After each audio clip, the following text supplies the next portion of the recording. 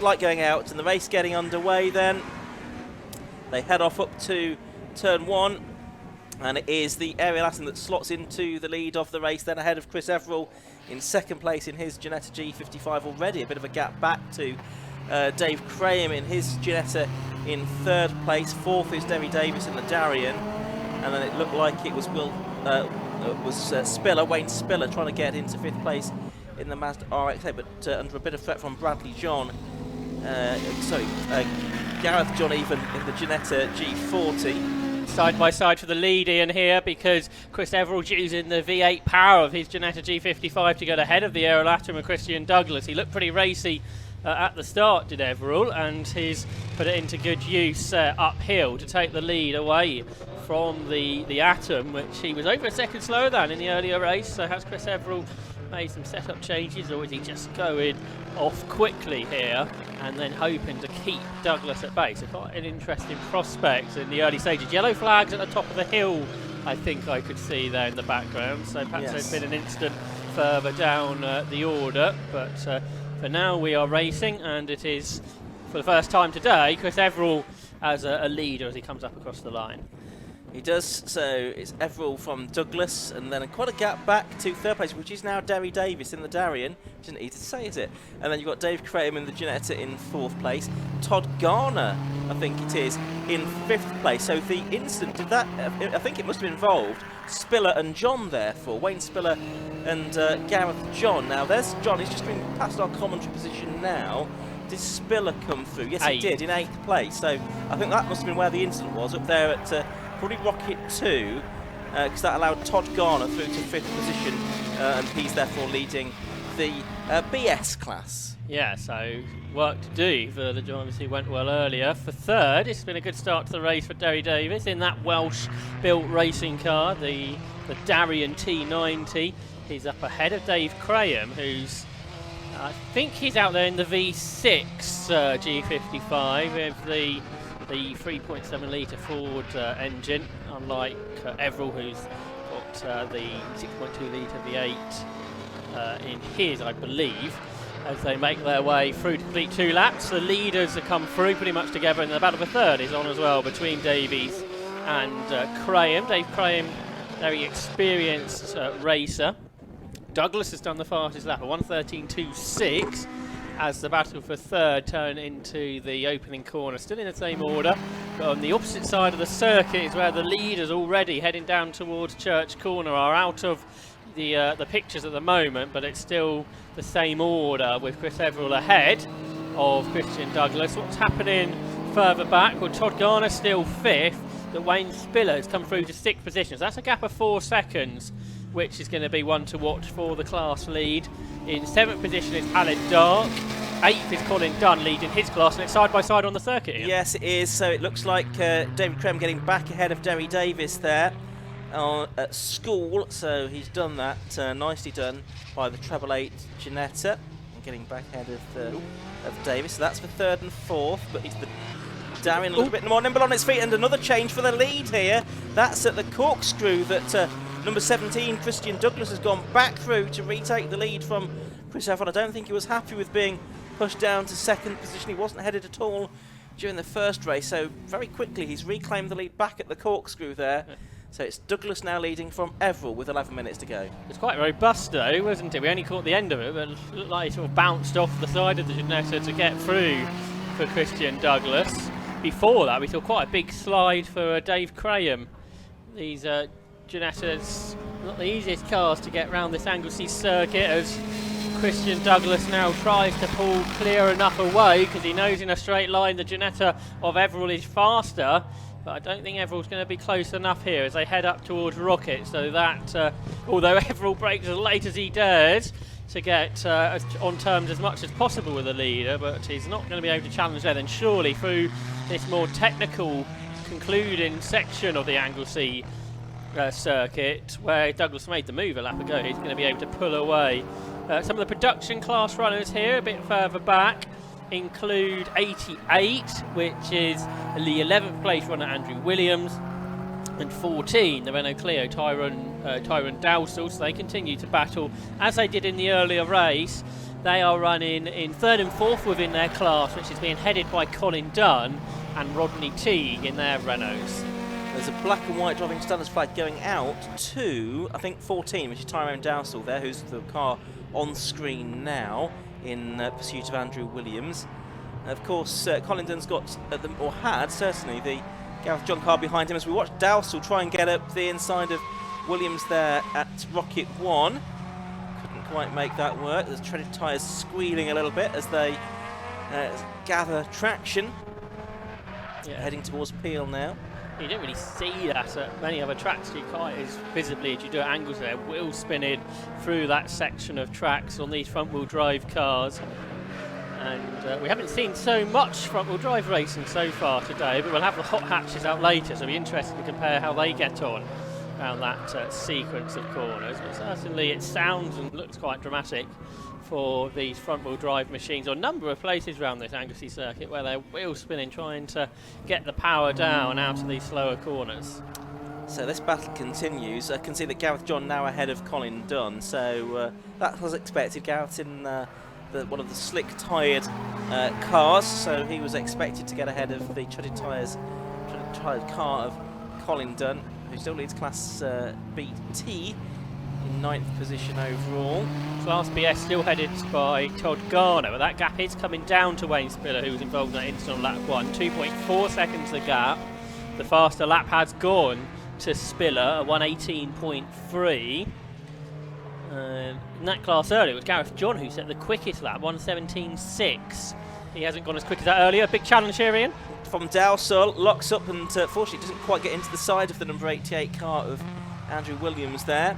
So this is the fight that continues for 11th and 12th position, one of the best battles that we're seeing during the course of this race.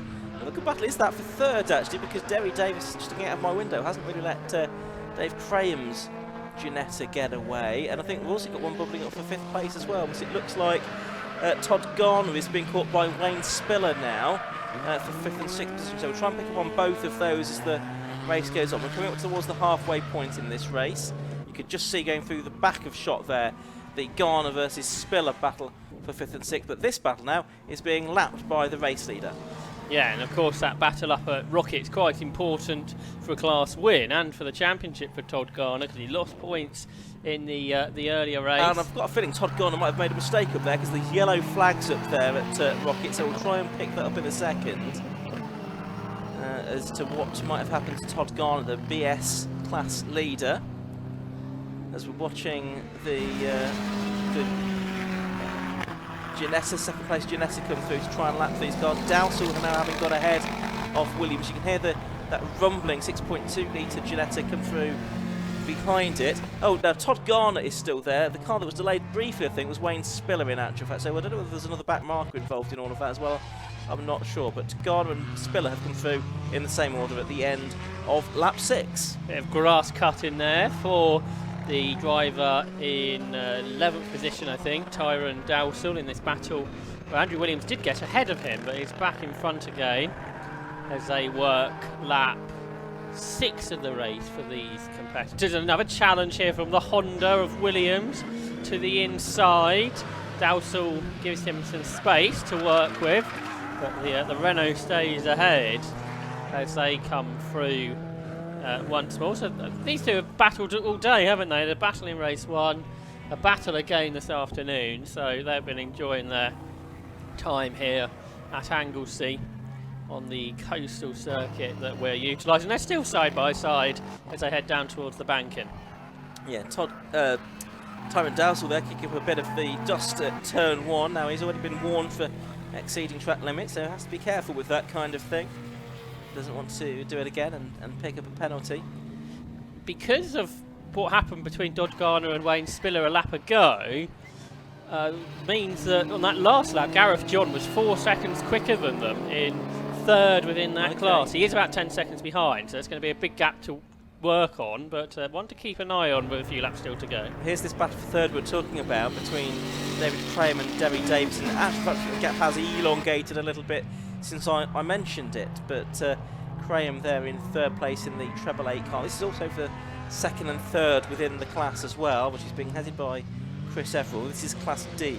Yeah, for what's defined as a supercar. behind them, Wayne Spiller is right with Todd Garner now as they head uphill, so he's re-caught the Renault. It's a big moment here, Ian. Yes, and that's for the 45 car. That's Neil Thomas in his MGB slick-tired MGB in his case, isn't it? That's right.